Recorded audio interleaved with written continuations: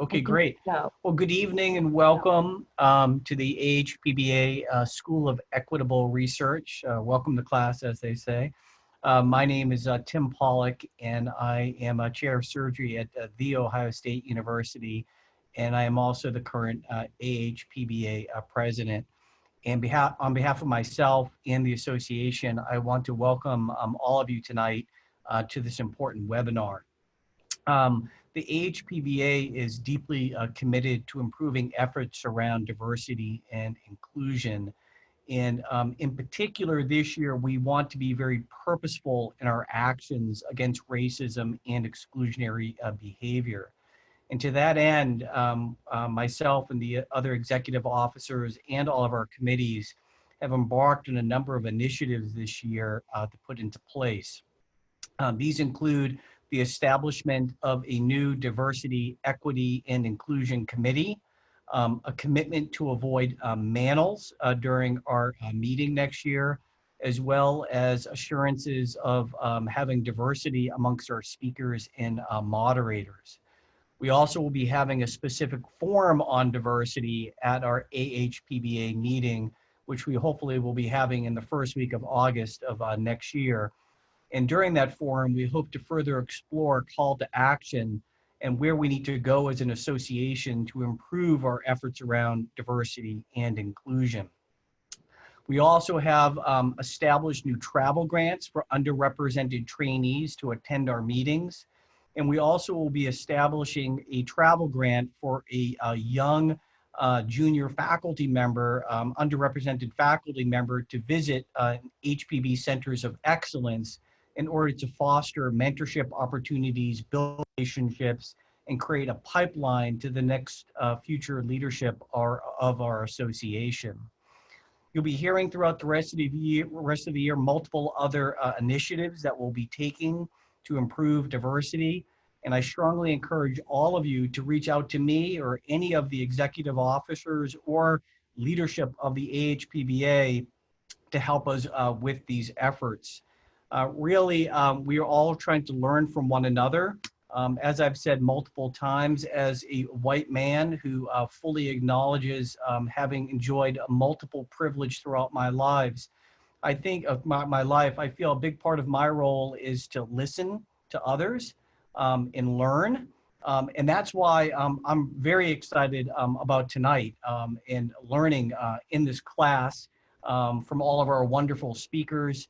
And also the two individuals who really had an instrumental role in organizing this webinar tonight. And to that end, I really want to thank Dr. Warner and I want to thank Dr. Sung as co-chairs of our research committee for really taking the initiative to hold this seminar tonight. And a little fun fact about Dr. Sung and Dr. Warner is that they start every research teleconference with some dedicated time to check in with the committee members and ask them to share insights in their experience related to diversity and inclusion. And they foster conversations with the members on the committee to name someone who has awoken in them in a positive way, that's something that they did not previously see. And I've had the wonderful benefit of working with Dr. Sung, who's obviously here at Ohio State with me, and Dr. Warner through the AHPBA, and both of them are incredible individuals. And I am just so happy and grateful for your leadership and for your organizing this event tonight. So with that, I'll turn things over to Dr. Sung and Dr. Warner. And again, thank all of you for joining us tonight, and thank you to our wonderful speakers for spending some time with us. Thank you so much, Dr. Pollock. I am thrilled to be here today on behalf of the AHPBA and specifically on behalf of my colleagues at the Research Committee. We have what we hope is a broad and enlightening agenda that will give us all a good starting point in multiple different professional arenas, whether we're treating our patients, designing trials or preclinical experiments, hiring research assistants, postdocs or students, or mentoring ourselves, our learners or our peers.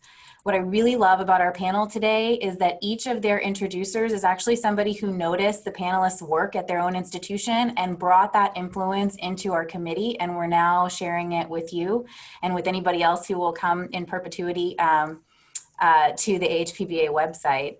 So as we all know, diversity is better. It's better for science. It's better for the bottom line in business. It's better for your colon. It's better in an ecosystem. And we hope that today these non-AHPBA members will elevate and enlighten our discourse as we launch our society into an even more inclusive and diverse future. I should note some housekeeping items. There is a Q&A feature at the bottom of your screen where all those attending can ask questions of the panelists. Of note, a process point on our agenda is that Dr. Gray is going to go influence positive change in diversity, equity, and inclusion in another arena as soon as he's finished talking in ours. So questions for him will need to be directed either on Twitter or as able by the other panelists, and we will also have some of his talk in a forthcoming manuscript, hopefully. So Dr. Sung will introduce Dr. Gray and talk about the importance of diversity, equity, inclusion in clinical trials. Then Dr. Augustin from the Cleveland Clinic will introduce Dr. Asfaw, who will speak about hiring and supporting a diverse workforce. Dr. Lidsky will then introduce Dr. Sindalis and talk about mentorship and outreach. They're both from Duke University. And then Dr. Pollock will introduce Melinda Bikini, who we are honored to have here from the Cholangiocarcinoma Foundation. She is herself an impressive force in patient advocacy and is also a survivor of cholangiocarcinoma stage 4. So we are so excited to have her with us to talk about some of the initiatives from their foundation. As Dr. Pollock mentioned, this kickoff event actually marks our commitment to remotely support our members and other physician scientists as we advance their scientific investigations in these unprecedented times. I would like to publicly credit Dr. Rohit Chandwani, who sparked the idea to remotely support our membership with webinars. And I'd also like to credit our entire committee for landing on this topic unanimously. After this initial live event of the School of Equitable Research, we will be publishing smaller, digestible webinars that we're calling extra credit. And these topics are aimed to be short and tweetable, and they are also meant to support a more diverse, equitable, and inclusive era of academic medicine. Our first webinar will come out in late October, early November, we hope, and it will feature Dr. Selwyn Vickers and Dr. Bart Rose from University of Alabama, Birmingham, expanding more on diverse mentorship. I would also like to comment, as Dr. Pollock alluded to, that this webinar was actually born out of some uncomfortable conversations that we had as a committee in the wake of George Floyd's murder. We were challenging each other as to what actions we were taking in our lives and our work to promote diversity, equity, and inclusion. And these conversations were awkward, and they were scary, and they were 100% necessary. And if we are going to move forward at all, we have to normalize this type of discomfort in our everyday lives. It is our hope that the words that you hear today will translate into action at your respective institutions and in your lives. And before I turn the floor over to Dr. Sung, I do want to make one more point, and that is that no single raindrop would assume responsibility for a flood, and that swings two ways. So on the one hand, we have to take responsibility to be inclusive and actively anti-racist, and that falls on all of us in our moment-to-moment thoughts and actions. And on the other hand, it also reminds us that hero worship, while important in helping us aspire to be better versions of ourselves and better surgeons, can at times make us feel helpless, and when the heroes go away, and also when we have self-doubt. People like RBG, John Lewis, and some of many others that we've lost this year, we've lost some great surgeons this year as well, didn't wake up one day and say, I'm going to be a hero. They were ordinary people who followed a moral compass, even when it was inconvenient and sometimes life-threatening. So those of us with privilege need to honor our heroes with intentional action and forward progress, and we're not going to waste this momentum at HPBA. We're going to support the age-old fights that we are joining, and we're not going to reappropriate them for short-term political gains, but instead we're going to make long-lasting change. So in that spirit, and so that we can all stay focused on our mission today, we are having these conversations and we're having these webinars so that we can all pursue our best version of excellence, so that when we make advances in science and in our field, they benefit all of us and our patients and all of our current and future colleagues from all backgrounds. So please, I would implore you, as every speaker is talking today and sharing their knowledge with us, please pick one concrete action from each speaker that you will take into your patient care or your science or your interpersonal relationships and your workplace. If you feel so inclined, go ahead and tweet about it. I'm honored to be part of an organization that supports messages like the ones you're going to hear today, and I can't wait to see how we all move forward together in AHPBA. So without further ado, I'm going to turn the floor over to Dr. Sung, who's going to introduce our first speaker. Thanks, Dr. Thanks so much, Dr. Warner. I just want to echo many of the things she said. I am honored to be part of this organization and the leadership of Dr. Pollack and getting the chance to work with Dr. Warner and everybody else in our research committee to be able to actually, talk about and address some of the issues that we see going around us. And today, I'm super excited to be able to kick off the class today, to be able to introduce our first speaker, Dr. Daryl Gray. So Dr. Gray is an associate professor of medicine in the Division of Gastroenterology, Hepatology, and Nutrition at The Ohio State University. I think there's no better person to give the talk on diversity in clinical trials, as he serves as a deputy director for the Center of Cancer Health Equity at the Ohio State University Comprehensive Cancer Center. He's also the medical director of Healthy Communities and chair of the Health Equity Steering Committee at the Ohio State Wexner Medical Center. I've known Dr. Gray for about 2 years, and this man is, really truly has a passion for addressing health disparities, not only in Columbus, but the state of Ohio, but also nationally. In his role as a deputy director at our Comprehensive Cancer Center, his research, addresses not only the root causes of cancer health disparities, but also his role is to develop strategies to increase minority participation in cancer clinical trials, which he'll be talking about today.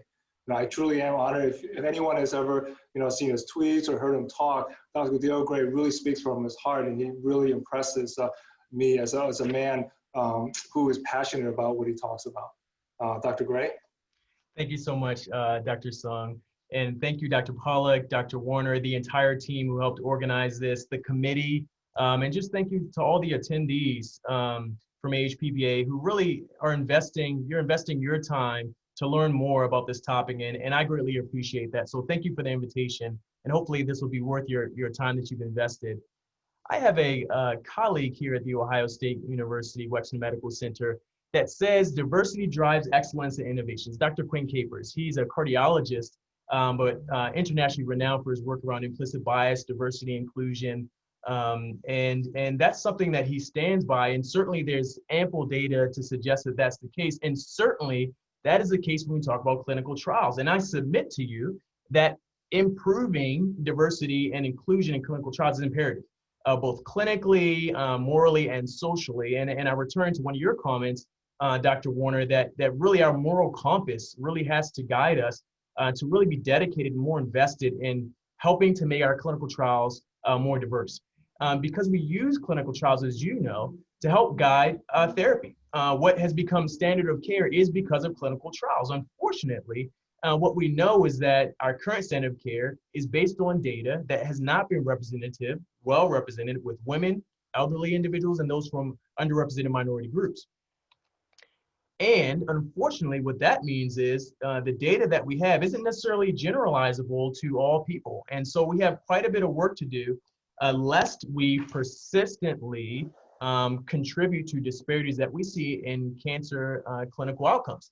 And you can pick any cancer you like for the most part, and you'll see that typically those with the worst outcomes tend to be those who have traditionally not been included in clinical trials. If we look at the data from the FDA and the United States Census, we know that albeit African Americans comprise 13.4% of the US population, and Hispanic Latinx individuals comprise 18% of the US population, you can see dismal clinical trial participation rates.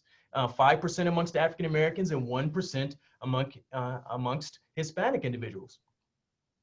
And this is multifactorial. And let's look at least just one study. I'm not going to go through a whole litany of different studies to really display more so my acumen around the cancer clinical trials and disparities, but really just want to do a high level overview for you about some of the data that supports the disparity, not only in clinical trial participation, but even reporting what the race is in the clinical trial itself and the data. So one study, a fairly recent study in JAMA Oncology, was a database study of all reported trials supporting FDA oncology drug approvals over an 11-year period from 2008 to end of 2018. 230 trials were included, over 112,000 participants. Now get this, greater than 1/3 of the trials did not report on at least one race. So again, that goes to race reporting and our deficiency in doing so. Less than 10% of the studies included all 4 major races: white, Asian, Black, and Hispanic. I don't mean 4 major races as an insult. That was how they defined it, recognizing based on census data that this was the 4 major races as they categorize it. And trial participation by race, similar to the prior slide I showed you, was really overly represented by white individuals, but severely underrepresented by Black and Hispanic individuals. And if you look at the line graph on the right, you'll appreciate that this really did not change over time. Over that time period, we have not made great progress in diversifying our clinical trials. And this is a problem because we know we as a nation are becoming more diverse and we're getting older. And it's predicted that by 2045, the majority will be the minority. Additionally, as we look at, if you see the figure on the right, that we are getting older as a nation. And so not only are we getting older, but people are living longer with things like cancer, diagnoses like cancer. And so it is our duty, and returning back to Dr. Warner's comment, our moral compass should guide us to want to be more diligent or vigilant in being more inclusive in our clinical trials. And the ultimate goal is equity, right? A lot is talked about equality, but equity is really allowing everyone to have an equal opportunity to be as healthy as possible, right? And as we think about clinical trials and diversity in clinical trials, it's arming those people with the tools they need to be successful. And you can notice the contrast in this Robert Wood Johnson Foundation figure between equality and equity. Now, certainly we've known over some time about what the barriers to clinical trials are, whether they be those who are white or those who are in minority racial and ethnic groups. And I pulled just one set of data from a paper published by Dr. Letcher Paskett, who many of you may recognize her name. She's been doing work around clinical trial accrual for literally decades. And this was a model that she put together, accrual to clinical trial framework, which really speaks to the fact that it's not just the patient barriers that prevent people from getting enrolled to clinical trials and successfully completing them, but certainly it's our job as providers and certainly the broader system and community and even society that influence whether people participate and successfully complete clinical trials.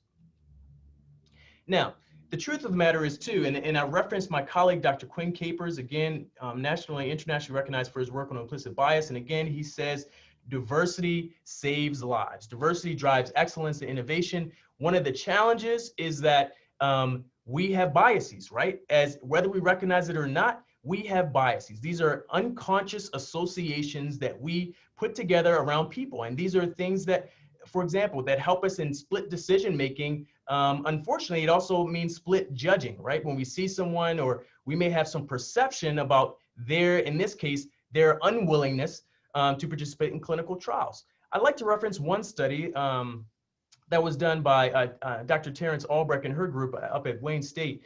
And it was interesting, a very elegant study in which they videotaped clinical trial discussions amongst oncology providers. And the N is small, 11, and that's because they matched patients by their diagnoses, so clinical factors, so stage of cancer, type of cancer, prior treatments. They tried to match them as closely as they could. What was interesting, when they re-looked at this video, they found that visits with African Americans were shorter, with fewer mentions and less discussions of clinical trials, less discussion of the purpose and risks of the clinical trial, and more discussions of the voluntary participation. So, they weren't telling them details about how this, was at least as good as the standard of care, if not better, that this was a great option for them, but, this is voluntary. Maybe you like it, but, you might not be interested in this, right? Okay, so there's some bias there. Additionally, we know from ample studies that this can contribute to, excuse the misspelling, patient-provider interaction discrepancies, treatment decisions, poor patient health outcomes. And so certainly I feel, and data suggests that it's incumbent upon us also to examine our own implicit biases and then try to mitigate those. There's studies that evaluate the implicit association test. You can easily Google that. That's offered through Harvard. It's free. You can do a black-white implicit association test. You can do it based on religion, sexual orientation, gender identity, and the list goes on. But I encourage you to examine your own implicit biases and then take steps to try to mitigate them. But certainly, it's not just implicit bias. And it's not just patient barriers as well, but there are other barriers, both structural and clinical, that can contribute to them.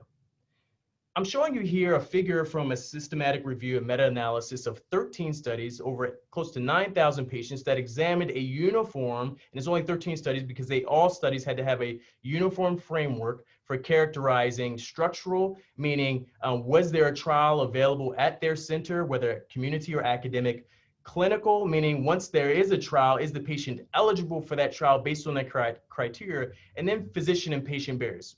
Did the physician recommend it? Did the patient accept it? Were there barriers that the patient had that prevented them from enrolling in the trial? And as you can see in that figure, this is a typical kind of entrance and exit point for our patients that come through, who are interested, who walk through the doors of our cancer centers and either get onto trials or do not get onto trials.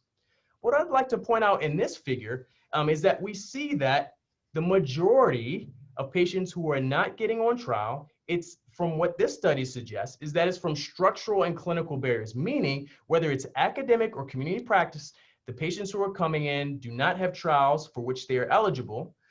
Either there's no trials available and that's what the structural barrier is, or once a trial is available, that patient is not eligible for that specific trial based on certain criteria. So that is where the majority, over 70% of the ineligibility comes from. Now, certainly what we've learned over time, and really this goes back to the 1980s with Harold P. Freeman, Dr. Harold P. Freeman, who was a breast surgeon in Harlem, African-American breast surgeon, who pioneered what's called patient navigation. And really, as you probably know, because certainly it's required as a part of certification for comprehensive cancer centers, is that it's where you navigate a patient really even at the point of outreach, all the way through diagnosis, treatment, and then ultimately survivorship, helping patients, particularly those who have barriers to getting care or navigating their system, helping them to overcome those barriers, whether it be in social services, whether it be transportation, costs, etc. And so certainly patient navigation, and I again guide you back to Dr. Electra Paskett, who again has been doing some pioneering work in this for decades. But what a recent study by Dr. Fouad in Journal of Oncology Practice demonstrated was that this is an effective way for increasing enrollment of minorities in clinical trials and successful completion as well. Now, let's zoom in through the lens of our OSU experience. So I'm at The Ohio State University Wexner Medical Center. I serve, as Dr. Song said, as a deputy director of our Center for Cancer Health Equity. And through the Center for Cancer Health Equity, really, we hope to bridge our communities, those within our population, within our catchment area, which, as a matter of fact, our catchment area for The Ohio State University is the entire state of Ohio, and bridging them to researchers. So connecting patients to clinical trials and research to get it done. Now, what's also important about this is we not only try to overcome determinants of health, so social determinants of health, for example, and addressing barriers therein. So that may be for some people housing or transportation to get to clinical trials or costs associated with it. Excuse me, it's advancing without me pushing it, but also trying to translate our findings into policy as well. Now, certainly we use strategies based on the ACT model, and I showed you that accrual to clinical trials model that was a framework designed by Dr. Paskett back in 2003.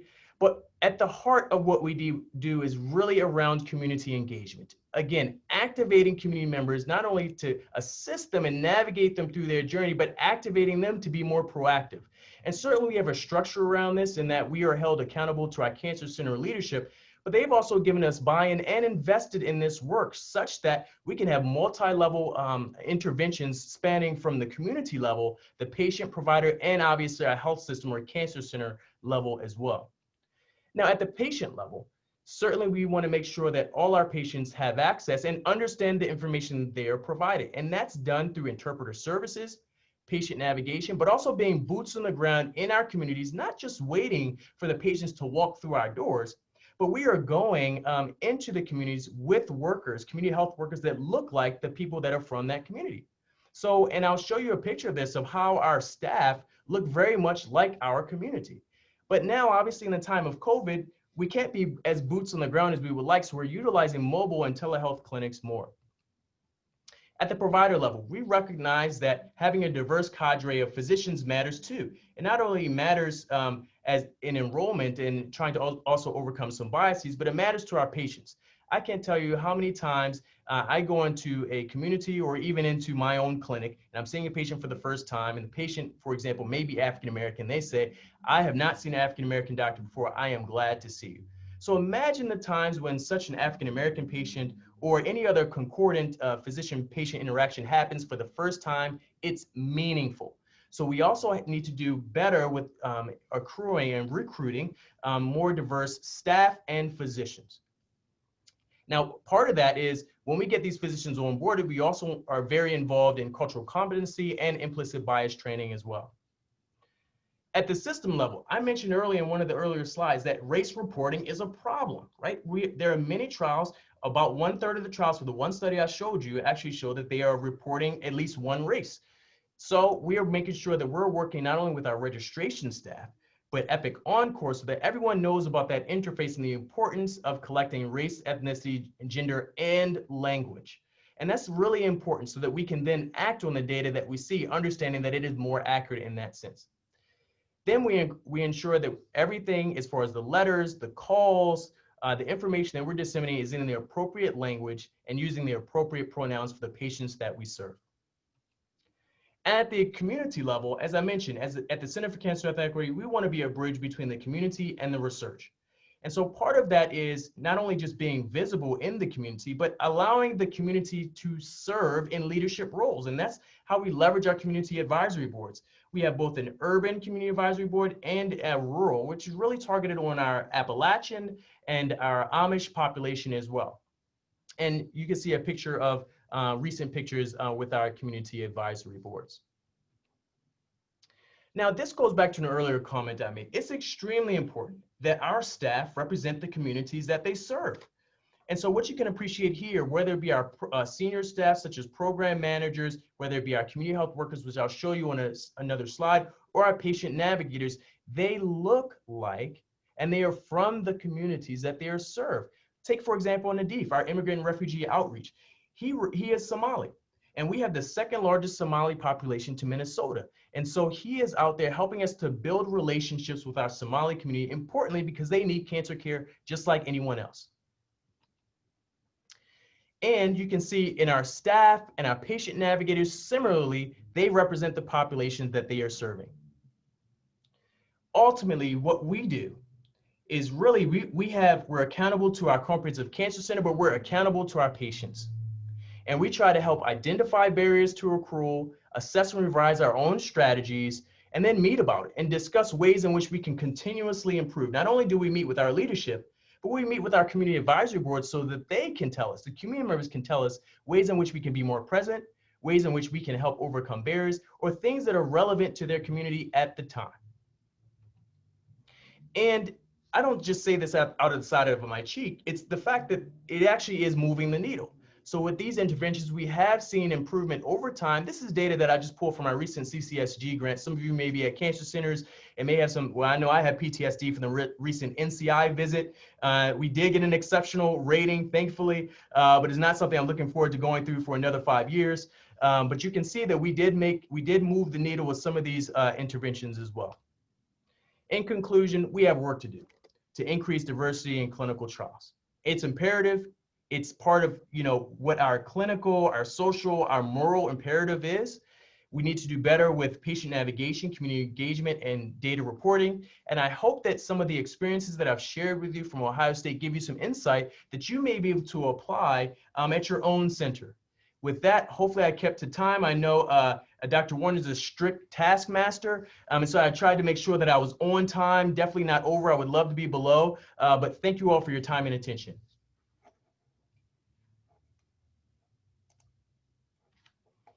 That was amazing. Thanks so much. I'll turn the floor over to Dr. Toms. Augustine, you did go a tiny bit over, but okay. I'll allow it. The presentation was remarkable. Thank you so much for your efforts. I know you need to jump off to another call. Dr. Augustine, would you please do us the honor of introducing Dr. Allen? Dr. Augustine, I'll invite you to unmute yourself. All right. I think that's working now. Okay, excellent. Well, thank you, Dr. Warner and Dr. Sung, for putting up this really great forum. My name is Tom Zagostin. I'm one of the HPB surgeons at the Cleveland Clinic, and it is my absolute pleasure to introduce my esteemed colleague, Sophia Asfal.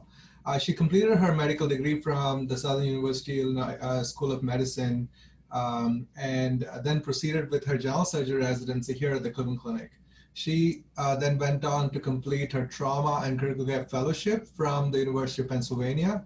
We were very fortunate to hire her and have her join us as staff in 2016 after her fellowship.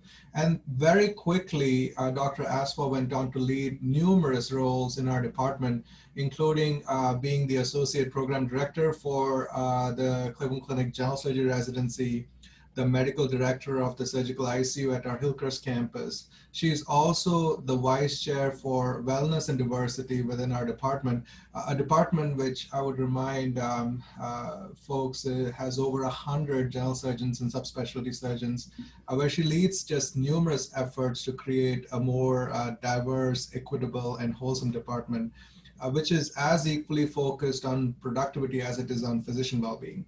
Well, I'm very proud to be part of this very equitable workplace. I have had the first-hand experience of her passion for diversity when somebody brings up resident recruitment, and it is just such a pleasure to hear her talk. It is such an honor to have her thoughts on this topic tonight. Thank you, Dr. Asfal, and I'm so looking forward to this. And thank you, HPBA. Thank you, Dr. Augustin, for that introduction. I have nothing to disclose, and the views and opinions in this presentation are my own and that of the authors of the studies that I present. Diversity is not to race or ethnicity or gender. Age, sexual orientation, religion, experience, physical ability are all important to consider. For the purposes of this talk, we'll mostly refer to diversity in the context of racial or ethnic diversity and gender diversity as well. Additionally, while I'll focus this webinar mostly on the healthcare workforce, in particular physicians and surgeons, it's important to understand the disparities that are highlighted here translate to nearly all sectors of US life.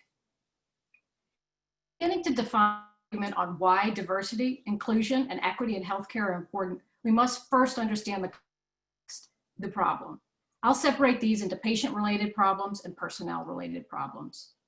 When controlling for insurance status, income, age, and disease severities, minorities receive lower quality of care than whites do.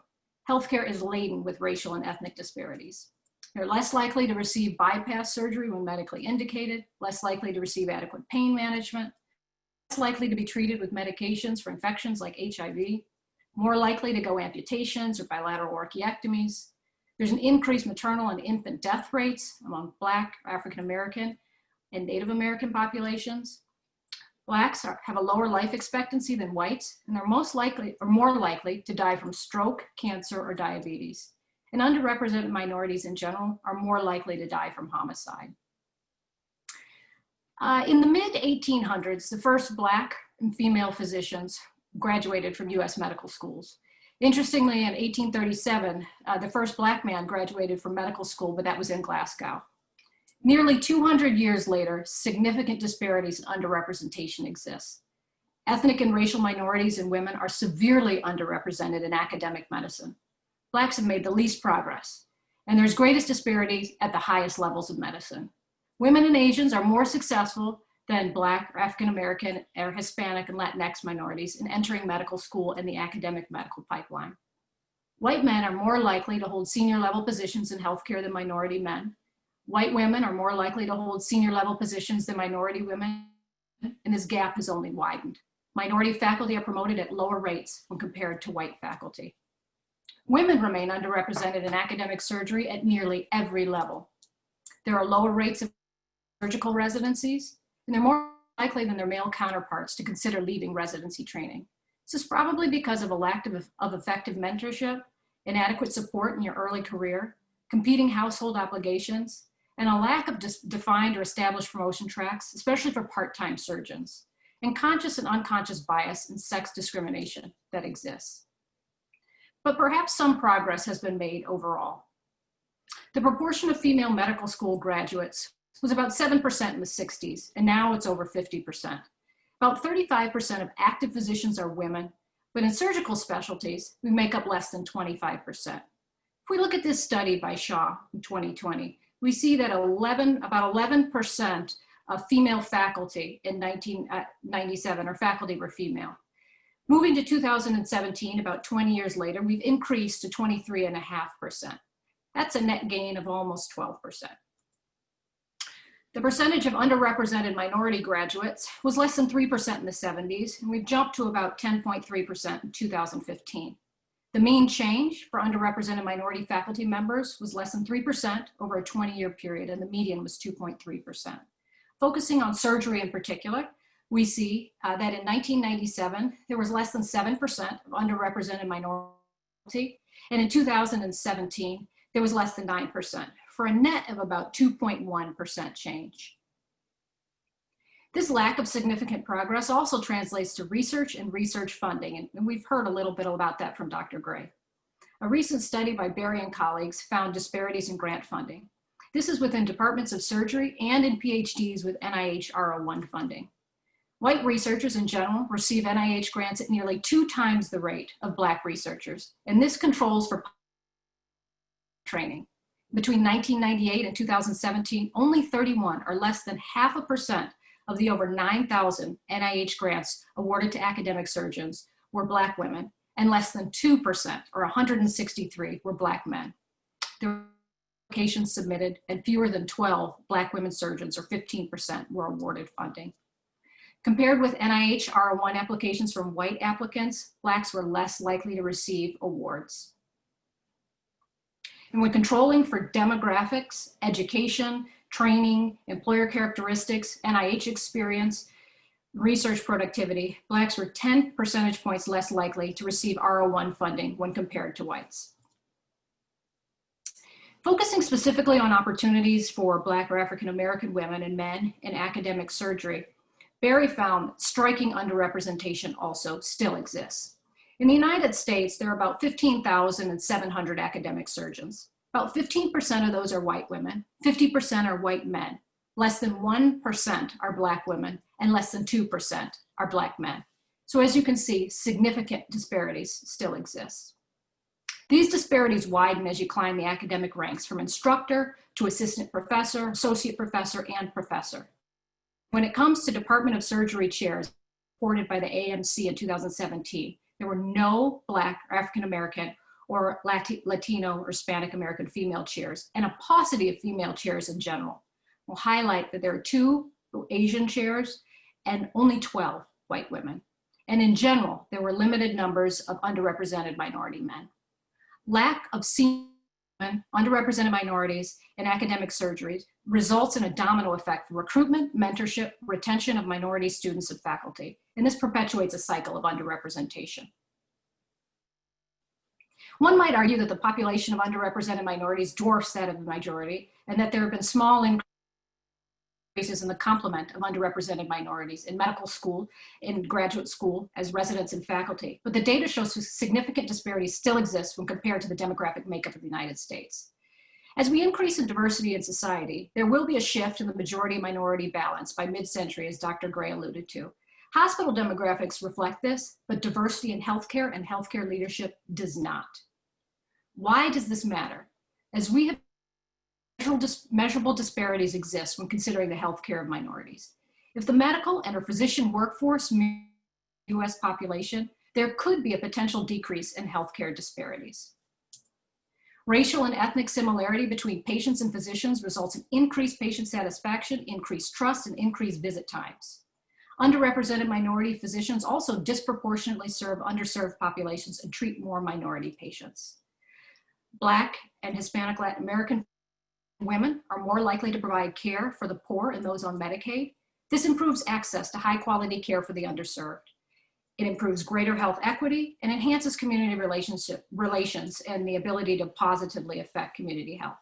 Now, this data is not suggest that minorities exclusively prefer to serve the underserved or that physicians in a majority group do not. It's emphasized to highlight that physicians from minority background are simply more likely to practice in underserved areas. When there is a focus on diversity, we produce a culturally competent workforce. Students trained at diverse schools are more comfortable treating patients with diverse backgrounds. Our research focuses are broadened and deepened, as those from underrepresented backgrounds are more likely to focus their research efforts on those diseases that disparately affect underrepresented groups. So it expands the portfolio of trained individuals capable of fulfilling leadership roles in our healthcare systems. It enhances the quality of life in the workplace, and it's just plain social good. So where do we start in addressing this problem? First, we need to acknowledge that a problem exists. We need to educate about biases. This must be an individual and institutional priority. We must start early. Expand STEM and pipeline programs, as it sounds like the AHPBA is doing. We need to start at grade school, high school students, college students, particularly for those in dis or underadvantaged communities. We need to encourage summer programs during college, improve funding and financial support for education endeavors, improve our networks, invest in magnet health profession schools and bridge programs. And when we identify well-rounded medical students, residents, or fellows, we need to hire them. But it's not just enough to hire diverse candidates. We must support them through their journey. This support includes students and trainees as well. If we just hire and don't support, we risk increased attrition and underutilizing talent. Mentorship is vital to this, and I won't spend too long on this because Dr. Sandalis will. But it's critical to developing physicians and scientists. It should be a major strategic priority. It needs to be comprehensive, encompassing advising, teaching, coaching, advocacy, sponsorship, personal development, work-life balance, role modeling. We need to develop targeted and culturally appropriate mentorship programs. We need to build networks of supportive colleagues. This will in turn increase diversity, and this will gain diversity of perspectives. We need to create funds to retain underrepresented minority faculty.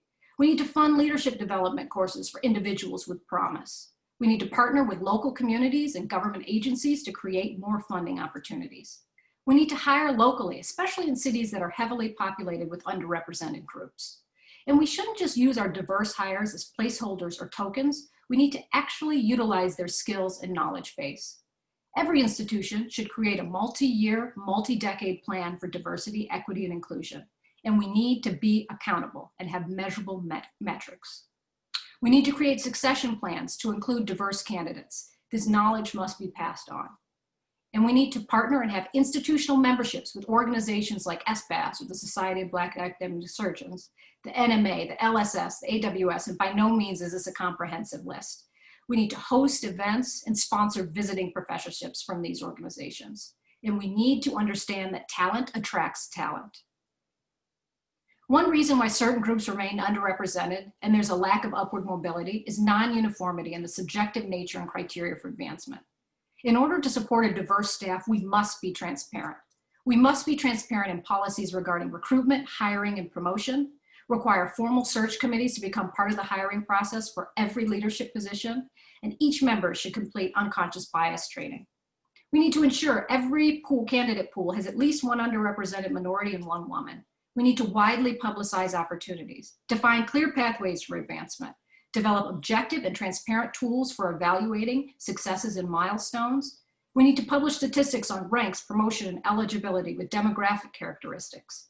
We need to ensure compensation plans are transparent and objective, and we need to intentionally and unapologetically promote qualified underrepresented minorities and women. When not done already, we need to ensure sex-blind manuscript review and grant review. We need to fairly distribute uncompensated teaching and service responsibilities and make sure that we have equitable leave policies. Systemic racism, healthcare disparities, and underrepresentation of minorities and women have existed for hundreds of years. While there's been small progress made, our patients, our colleagues, and our institutions will all excel when firm commitments and investments in continued diversity efforts are a top priority. I'm sure we can spend hours and hours discussing these topics, but I only have 15 minutes, so I hope to leave you with the following. Acknowledge that disparities exist, and we need to educate on bias. We need to hire and support a diverse staff. This may help to eliminate disparities. It's not enough just to hire a diverse staff. We need to support that staff and cultivate their careers. We need to increase access to opportunities and start early. We need to be transparent. We need to deliberately promote qualified women and underrepresented minorities into leadership positions. And we need to understand that investing in diversity, equity, and inclusion is an investment in an organization's future. My sincere thanks and gratitude to the AHPBA for this opportunity and for their obvious commitment to diversity, equity, and inclusion, and improving patient care and reducing disparities in academic medicine and the healthcare workforce. Thank you. Thank you so much, Dr. Aswell. That was very powerful. And I'm excited to talk more with you about how some of these strategies have played out in real time at the Cleveland Clinic during our discussion. So if you could kindly exit your screen, and then I will invite Dr. Litsky to introduce Dr. Sindalis. I'm so excited, Dr. Aswell, to talk more with you in our discussion section. Thank you again for that very powerful speech. Okay, Dr. Litsky, your turn. Good afternoon, everyone. It's my pleasure to introduce Dr. Linda Sindalis, who's the director of the Vascularized Composite Allotransplantation Program, or VCA, at Duke. She helped organize the first VCA team in the United States and participated in the country's first 2 hand transplants, and has since established the Duke VCA program and led the team to North Carolina's first unilateral and subsequently bilateral hand transplants. Pertinent to tonight, Dr. Sindalis leads the surgical disciplines and represents the section on the Duke School of Medicine Diversity and Inclusion Committees, and is a member of the Duke Office Institutional Equity Education Committee. Dr. Sindalis, we're delighted to have you share your experience with us tonight.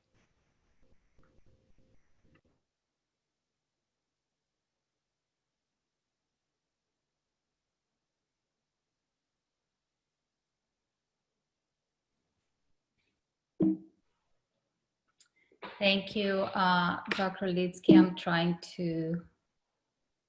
So I'd like to start by thanking the organizing committee for the invitation.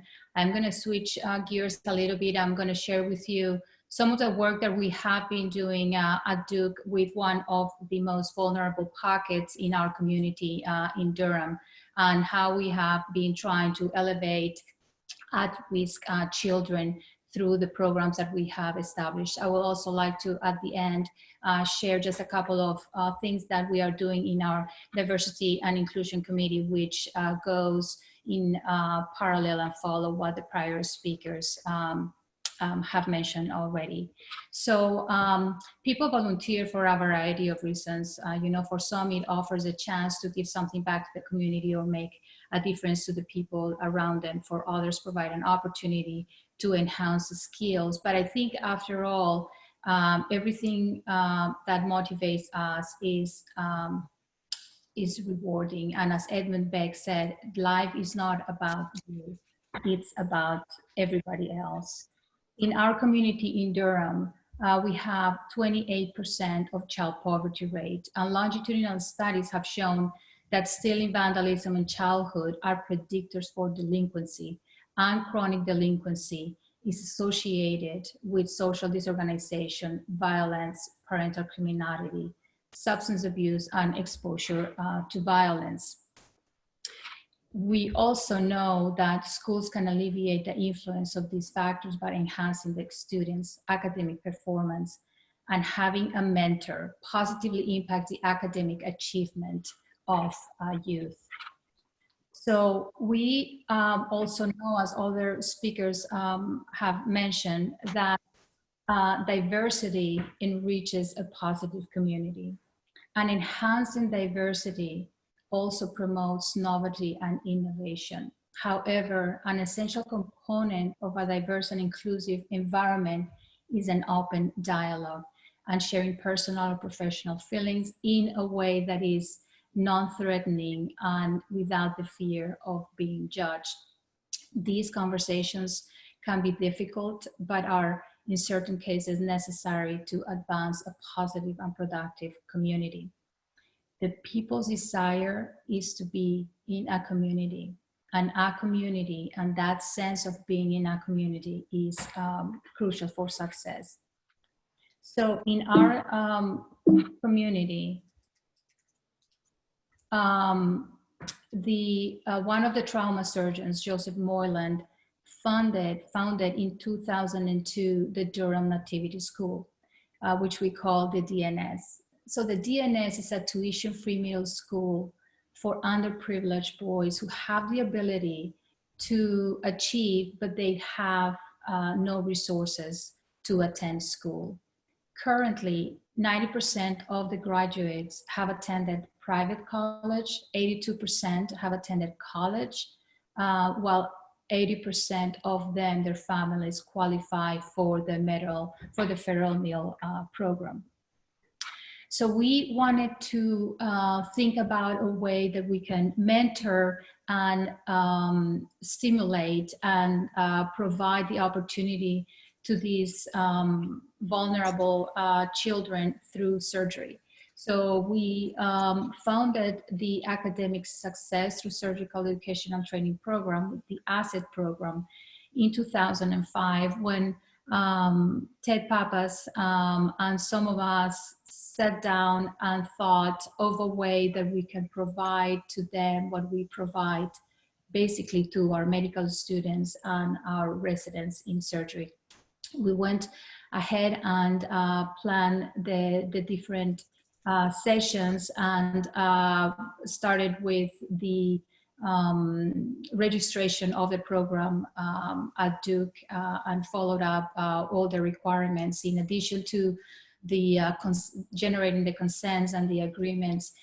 Every single one of those who participate in this program, we all need to go through online training that is yearly updated, as well as a background check. This is for any one of us who is either providing this opportunity for the children at Duke or outside the Duke premises.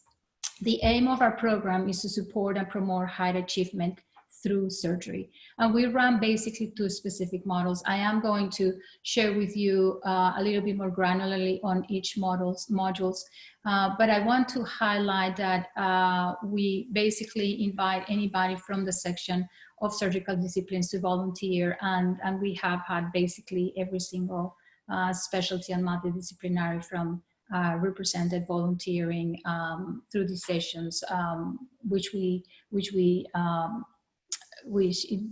held several times a year.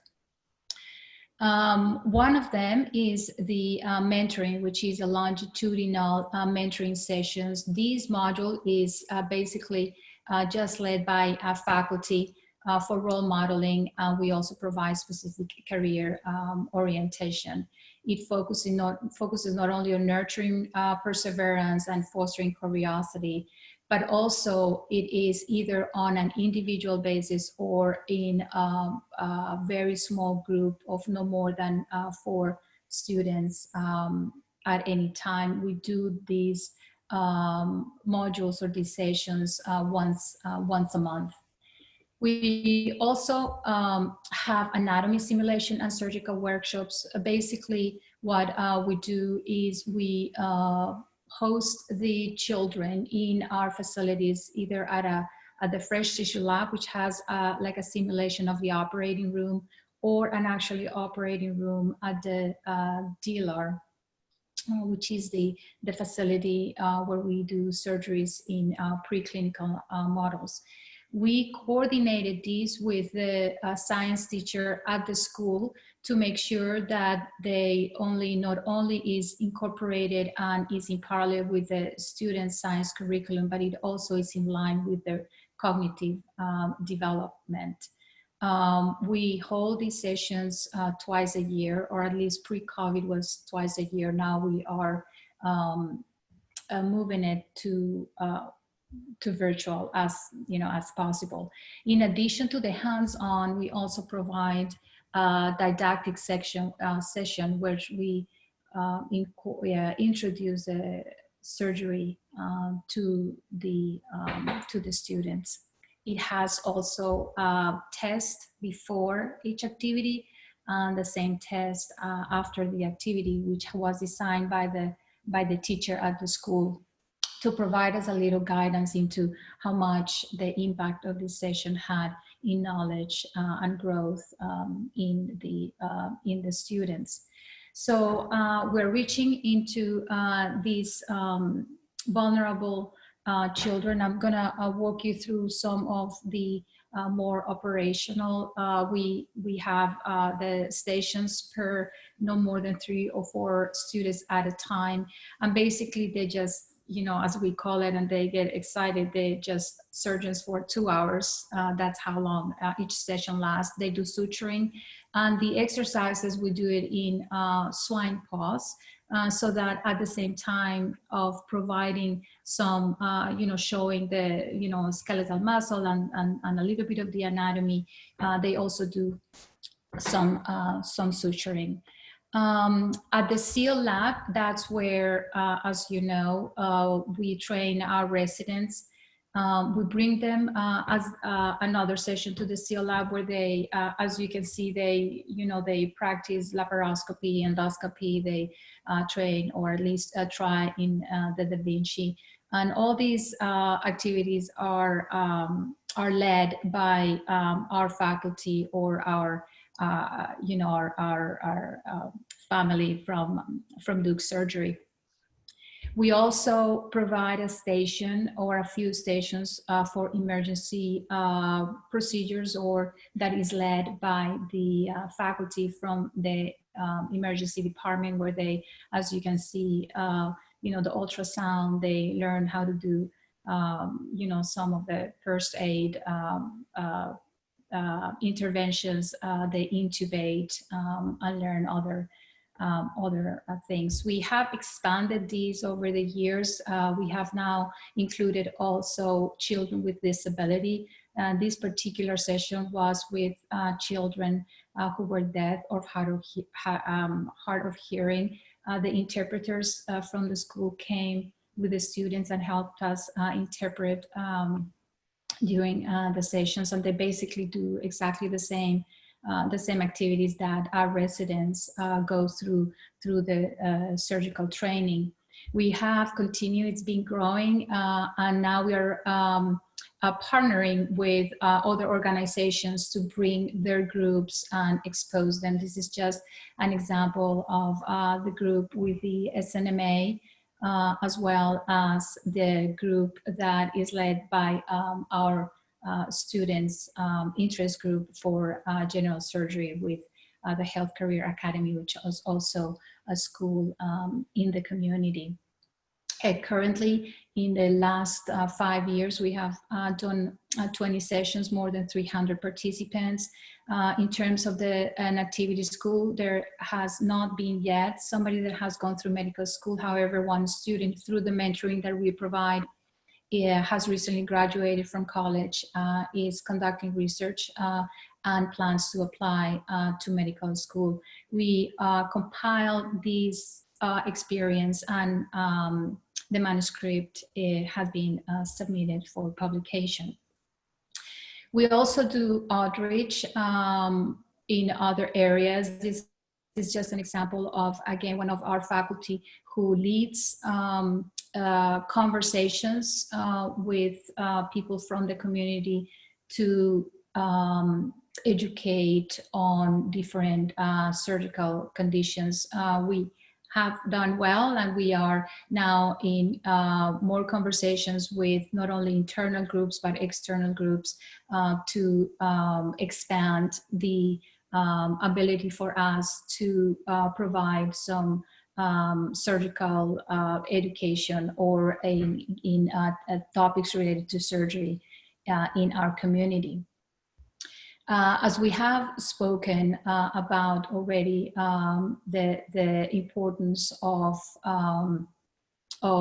building community, as well as unconscious bias, or at least try to understand and be aware to minimize the decisions that we do unaware. Some of the other activities that we're doing in the section through the committee is peer-to-peer conversations, which started in person pre-COVID and now are taking place virtually, as well as surgery check-ins. Basically, our virtual conversations that we get together to talk about initially it was somebody from either outside of surgery within Duke or outside the institution who will facilitate the sessions. Now we are doing it almost weekly, and so committee members facilitate those sessions. for the unconscious bias dialogues. It was something that we started a couple of years ago for all the reasons that have been mentioned in the prior talks. And our goal was to provide these dialogues, unconscious bias dialogues, to every single person who had a family name of surgery at Duke. And we calculated about 900. So we basically trained to, some people took the train the trainer workshop to facilitate these dialogues. And we started pre-COVID in person. Now they're virtually. We do it per division or per group of people who work closely together. So we're doing it per division. As you know, the section has about 13 divisions in surgery, as well as the Department of Head and Neck and Communications. So far, we have done approximately 30% of our surgery family, and over 90% of the feedback that we have or that we ask for the participants, over 90% have expressed that it has been valuable or highly valuable. All this work is through volunteers through the section whose specialties are not in this space, whose expertise is a clinical area outside of this. This is work that clearly I just presented, but it's a tremendous amount of people, a number of people who come together because they believe that life is all about is everybody else. Ted Pappas, who is a motor for the ASSET program from day one, and Dr. Kerr, who's been is the chairman, very supportive all along. All the people who have participated not only in our ASSET program, but in all the other activities to continue working in this space and moving forward our inclusive environment. Thank you. Thank you so much for that enlightening revelation of what you guys are doing there at Duke. I think that those are some very important initiatives. Without further ado, I'll turn it over to Dr. Pollock, who is going to introduce Melinda Bikini. Dr. Sandalis, I'm excited to hear more about how you built community and also more about your programs in the Q&A portion. Dr. Pollock is going to introduce Ms. Bikini, who is a force to be reckoned with, and I'm going to stop myself from continuing to introduce her. I'm so impressed by her, and it's Dr. Pollock's turn. So. Thank you, Suzanne. So I really have the privilege of introducing Melinda Bikini, who is an 11-year survivor of cholangiocarcinoma.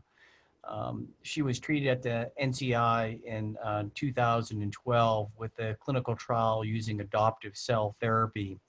And due to her exceptional and breakthrough response to this treatment at the NCI, her story was published in the New York Times and other media outlets. Melinda is married and the mother of 6 children and the grandmother to 1, and she's very passionate about patient advocacy.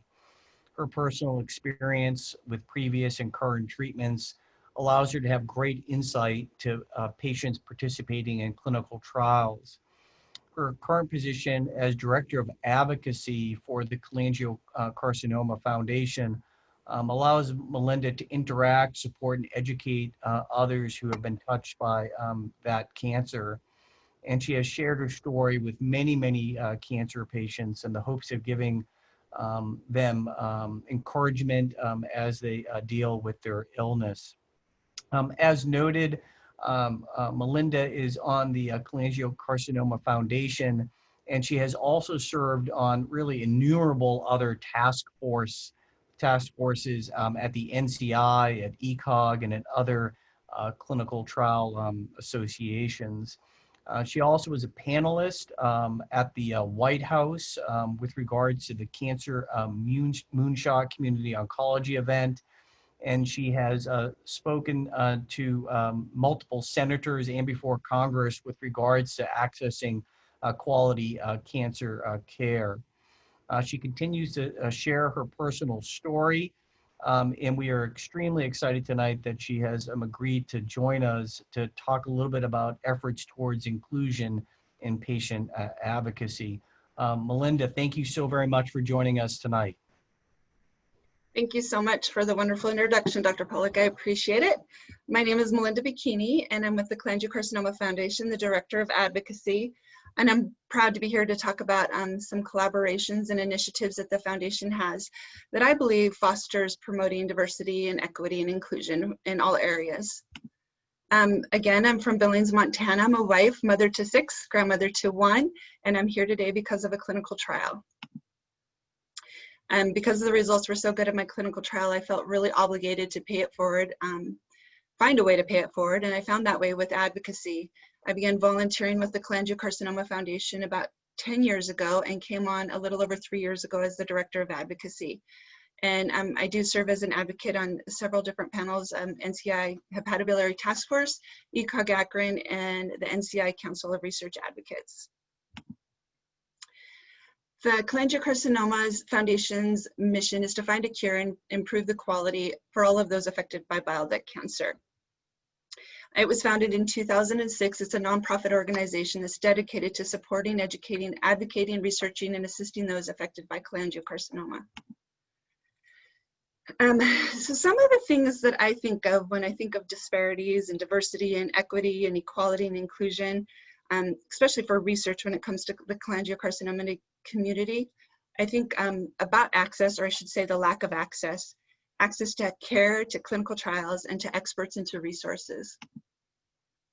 We know that only 5% of adult cancer patients participate in a clinical trial.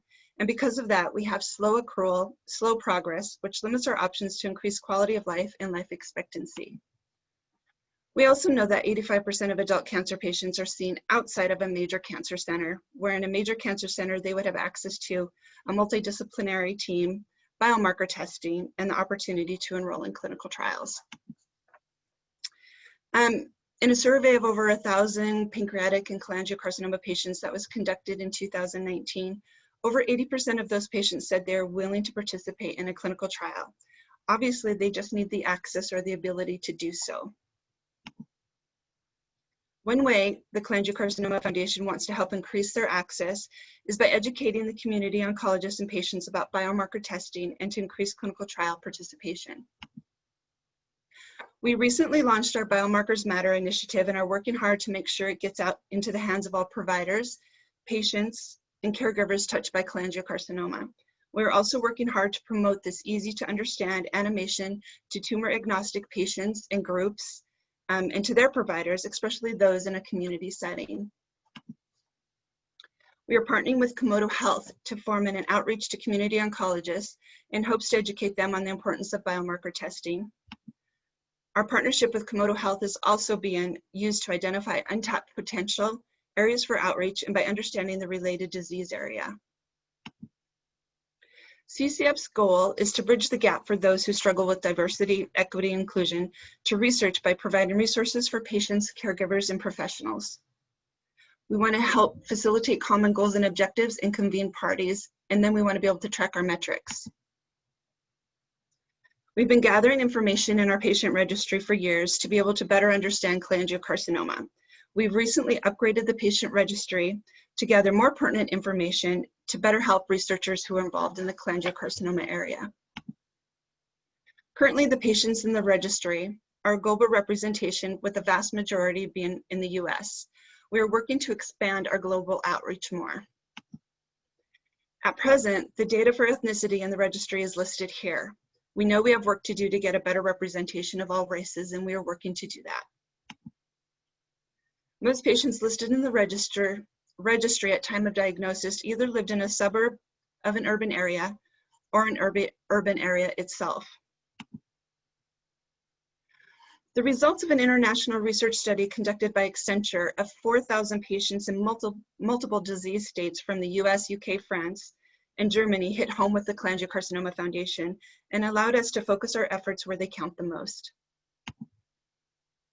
They found that all patients, regardless of their nationality or disease state, do value services from patient service organizations. CCF strives to be an advocate for others, a convener and a connector and a funder for all those in the cholangiocarcinoma community.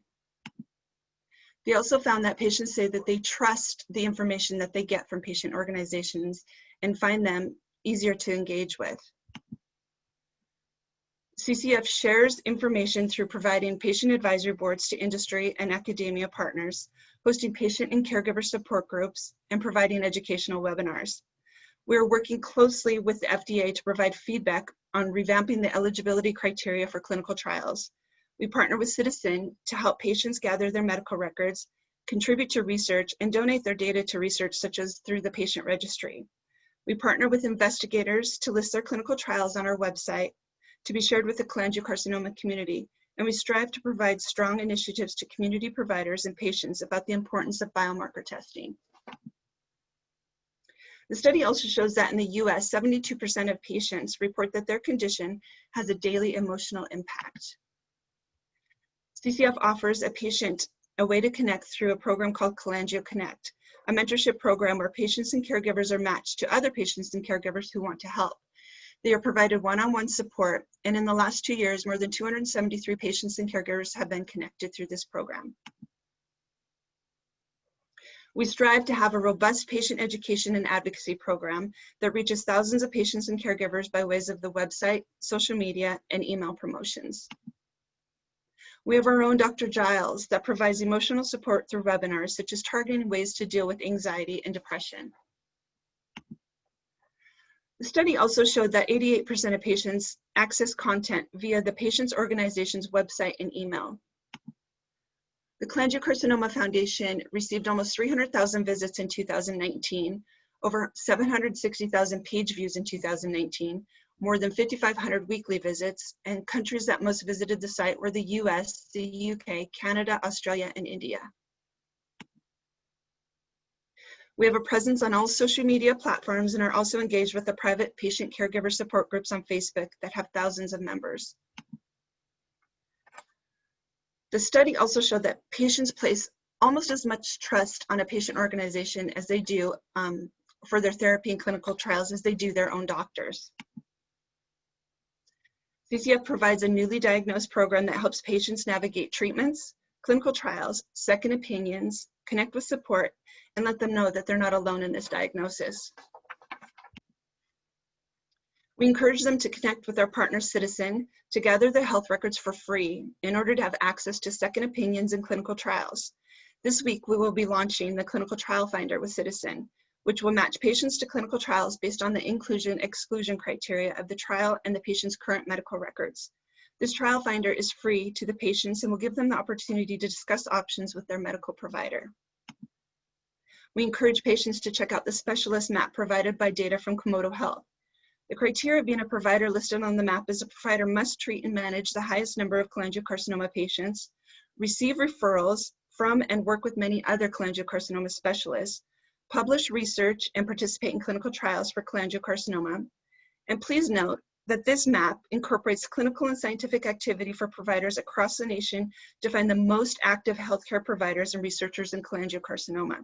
Measures that are specific to cholangiocarcinoma, including clinical experience, clinical focus, and scientific experience, make up the criteria that determines which providers are part of this list.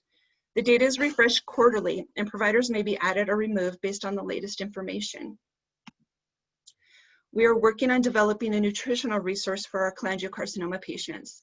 Dr. William Lee was our 2020 keynote speaker at our annual conference, and his presentation has been viewed over 200 times since July. Patient surveys report nutrition as one of the top 2 issues that they would like addressed, right along there with clinical trial access. Cholangiocarcinoma patients deal with the unique nutritional issues and deficiencies that aren't addressed and discussed in existing resources. We convene professionals, experts, patients, and caregivers at our annual cholangiocarcinoma conference. This year, we had to go virtual, which was sad that we couldn't be together personally, but we were able to reach 1,650 registrants from 49 states, 44 countries. We had 49 posters, 21 sponsors, and 60 speakers. The study also said that 82% of respondents want their doctors to work more closely with patient organizations. CCF has collaborated with providers across the world to be a part of the International Cholangiocarcinoma Research Network. This program was established in 2015. The ICRN wants to improve the prognosis and quality of life for patients in cholangiocarcinoma and ultimately cure this disease. They want to advance the pace of cholangiocarcinoma research, provide a platform for investigators to work collaboratively on cholangiocarcinoma-related projects, foster promising clinical and translational studies relevant to cholangiocarcinoma, catalyze and expand patient access to clinical trials for promising new treatments, enable scientists to rapidly share discoveries and accelerate the drug development landscape, and provide scientifically valid consensus opinions on the diagnosis and treatment of cholangiocarcinoma. And if you're not already a member, please see the website to join. And lastly, I would like to leave you with a statement from Stacy Lindsay, the founder and CEO of CCF. She says, "We know there's work to do within every organization and throughout the nation. We come together in a way that acknowledges, embraces, and lifts everyone. We want to address injustice where we see it and learn to truly love and respect one another." CCF also stands firmly against racism and violence in any form and is committed to making a culture of safety, kindness, respect, and love. We extend our love to each of you and we hope for a peaceful and bright future. Thank you so much for the opportunity to present and to be here. Thank you so much, Ms. Bikini. That was amazing. Thank you. So in the, as you take your slides down, I want to ask a little bit about health literacy and engagement with these organizations. So what can we do when our outreach tools sort of already demand a certain amount of literacy for getting patients there? Is from a cholangiocarcinoma foundation standpoint, obviously most of how you get patients to know where you are, I assume, is on the internet. What other ways are we as providers, can we help bridge you to our patients when they come in? Well, I think the number one way is just let them know that we're there. I think word of mouth makes a big difference. And if I, as an advocate, could change one thing, and that would be for every cholangiocarcinoma patient who is newly diagnosed to be given information that there is a foundation that represents them, that they're not alone. They get this diagnosis and it's dismal and it's scary and it's dreadful, and they think they're the only one in the world dealing with this. So if we could just have everyone, let them know to reach out to us. You can give them my personal information, my contact information, and I'm happy to connect with them so that I can help them navigate this disease and just empower them to do what they need to do. Thank you so much for that. There's one question in the Q&A. I want to invite all the attendees. The Q&A is at the bottom of your screen. And thank you so much to everyone. We've had a level number of participants this whole time, which means you all committed to attending and staying to learn. I'm so grateful for that. We have one question in the Q&A box so far that says the question is actually about clinical trials, as whether or not including different people of different ethnicities can affect the clinical trial results due to different genetics. And I think there's a lot to unpack in that question, but the bottom line is that door swings two ways, in my opinion. I might invite Dr. Pollack to speak on that a little bit, since I know that he has some experience in designing at least registries and sometimes trials. Are you able to speak to that question in Dr. Gray's absence? Well, I mean, I can a little bit. I mean, obviously, I'm not an expert on the topic, but I mean, I think that the data would clearly suggest that, all the studies that have been done in white men over the years are not extrapolatable to, other populations, and that we really need to have diverse clinical populations if we're going to truly study any disease. And I think, we talked a lot about maybe, race, ethnicity, sex, gender, but then there's all these social determinants of health also. And I think, when we're thinking about clinical trials, there's, efficacy and then effectiveness. And I think also we have to take into consideration, all the social determinants of health when we're thinking about the effectiveness of any therapy that we hope to translate from a clinical trial into the actual community. So I think this conversation has been very helpful to me, because I think we need to more broadly construe not only the patient populations that we enroll in clinical trials, but the factors that may be impacting one's decision about whether they are going to consider a clinical trial, whether it's feasible for them to participate in a clinical trial, and whether the findings of any clinical trial are even translatable into actually being implemented into different communities based on the social determinants of health that may be relevant to that given community. Thank you so much for that. Dr. Aspal, I wanted to go back to you. So when we talk about recruitment and retention of underrepresented minority colleagues and employees and trainees, many times we hear a lot about it's not just about getting people in the door, it's about supporting them once they're there. And, you know, Dr. Uche Blackstock, who's somebody who has been very illuminative anyway, for me on Twitter, has said things like there's kind of a pathway of failure of underrepresented minority faculty that has a lot to do with our structural biases that are baked into how we promote people and how we interact with one another. And so it results in this, I've got nothing against women, but or Black people, but that Black woman rubs me the wrong way. And so how can you support employees, and how can you help a culture evolve, and how has that played out at the Cleveland Clinic and some of your initiatives? Well, I think, you know, as I mentioned, it's no surprise, structural racism has been around for hundreds and hundreds of years, and we have to unlearn that bias. One of the things that's important, and I'm sure many of the participants here have done, is to undergo unconscious bias training. And when you do that, it's really eye-opening. And even you would think from a perspective of an underrepresented minority that I wouldn't have unconscious biases, but I sure do. And when I went through that training, and we all do. So I think that's one thing that we can do. We have to acknowledge the problem exists, and we really have to educate ourselves and change our mindsets on this. And it is absolutely true. You can get someone through the door. And this is everyone, not just underrepresented minorities or women. But if you don't help to cultivate their career and promote their career, we're all destined for failure. And that's a real underutilization of talent as well. I think that we also need to develop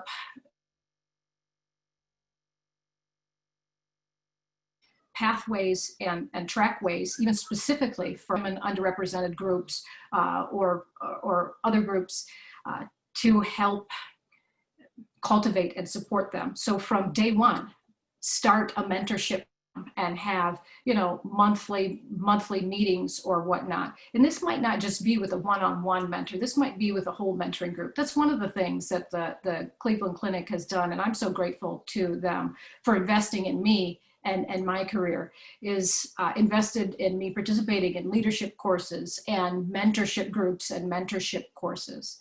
But I also think it's important to invest in organizations, surgical organizations that specifically focus on underrepresented minorities. From there, you have other mentorship categories, and you can support careers that way. So I think mentorship, structured leadership opportunities, and just plain understanding where our biases are, everyone's biases, will help to change that trajectory. Thank you so much for that. Very insightful answers and some concrete action items that we can take back and start transforming our own departments and our own thoughts. Dr. Sandalis, you mentioned building community, and that's something Dr. Asfal just talked about as well. I wanted to talk a little bit more about your peer-to-peer initiatives.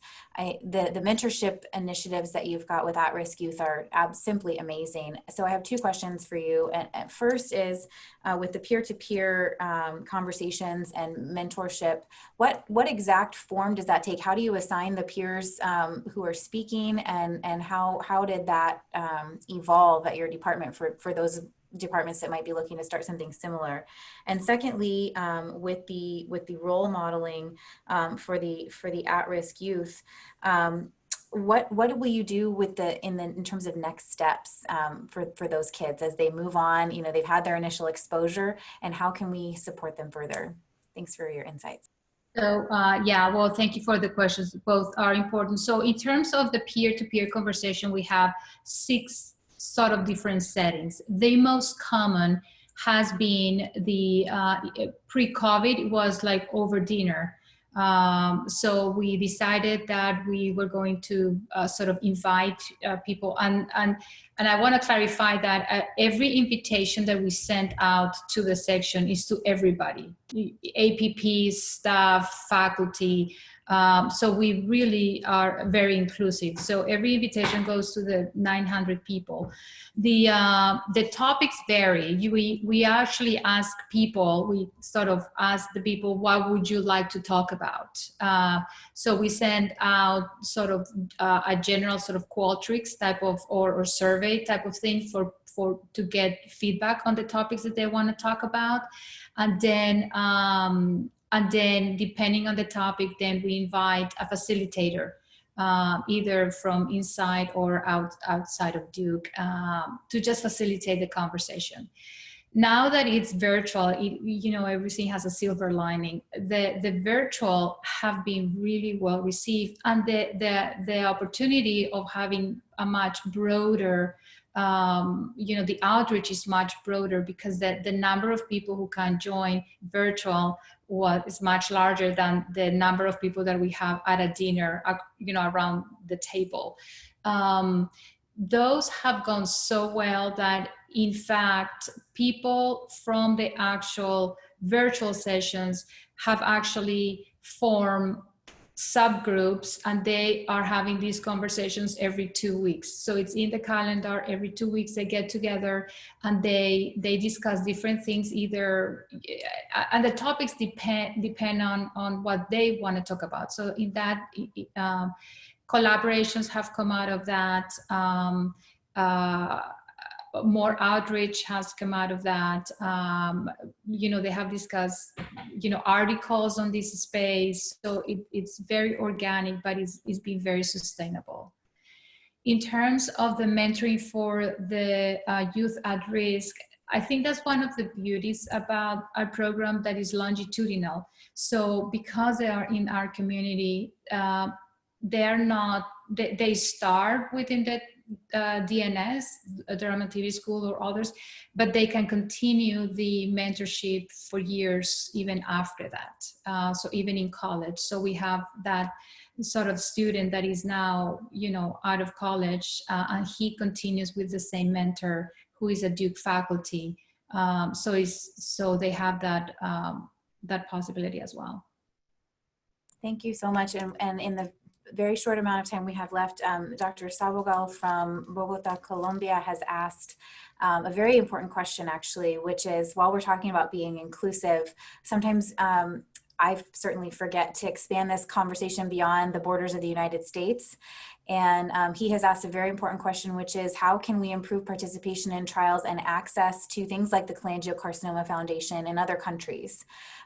So Ms. Bikini, I don't know if that puts you on the spot a little bit, but I know certainly AHPBA has worked very hard to span continents and to build relationships. And I think comes down a lot to building community, chapter by chapter and relationship by relationship there. But I wonder if with your global outreach, if you guys have learned anything that you can share with us. Well, I totally encourage them to reach out. On the website, there's information on the International Cholangiocarcinoma Research Network. And I think that's the best way to get plugged in, to bring in the countries together and being involved in what's going on in the research. The application, I don't even know that there's an application. There's just a process to get involved, and they'll reach out to you. Our Chief Scientific Officer will, and we can definitely foster that relationship and collaboration. Thank you so much. And I may put you on the spot one more time, because you've been in the room with a lot of people that matter in cancer care on many different levels. And I think it's so easy for physicians, for us to get caught up in the academia and forget who we're here for. Is there one overarching, you said you want patients to know that they're not alone. Is there one overarching thing that you want researchers and physician scientists like us to know that would help us serve you guys better? Absolutely. I think part of inclusion into research and patient care is involving the patient. Bringing the patients in and the patient advocates in the beginning, when research is being designed, when protocols are being written, when consents are being formed. I'm pretty excited about the opportunity to help contribute to revamping the eligibility criteria with the FDA. I think that's going to be a huge, huge thing. But just involve the patients first. I would love, as inclusion, patients and caregivers to be involved from the very beginning in all aspects. Thank you so much for that very important statement. I will say, I'll absolutely confess that when we were designing this seminar, it did not occur to me to include a patient advocate until Dr. Pollack said we should absolutely include a patient organization.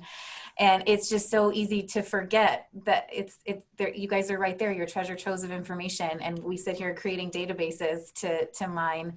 At any rate, we're running short on time. So I would invite everyone to please think back over these amazing presentations. Drs. Gray, Asfa, and Sindalis and Ms. Bikini have given us some amazing insights. Pick an action item, please, from each person and take it into your daily life and into your research. Dr. Pollack, do you have anything to add before we close out? Just my gratitude. Again, I want to thank Dr. Warner, Dr. Sung for organizing this. I want to thank our speakers, Dr. Gray, Dr. Asfar, Dr. Sandales, Ms. Bikini. I learned a ton tonight. This is a journey for all of us, and taking lifelong learning seriously is something that we should all do. And I learned a lot tonight from a lot of different perspectives. And I want our membership to know that we're going to continue to work on this. There's a lot of work to do. And in particular, there's a lot of work to do in AHPBA and HPB surgery, which has traditionally been very dominated by white men. So we have our work cut out for us, but that's never stopped us before. And I look forward to partnering with all of you to take action, right? That's what we want to do, take action. So I applaud Dr. Warner's imperative tonight to think about one thing that you can do differently. So again, thanks everyone. Stay safe, stay well, and look forward to seeing you all in person in August at our meeting.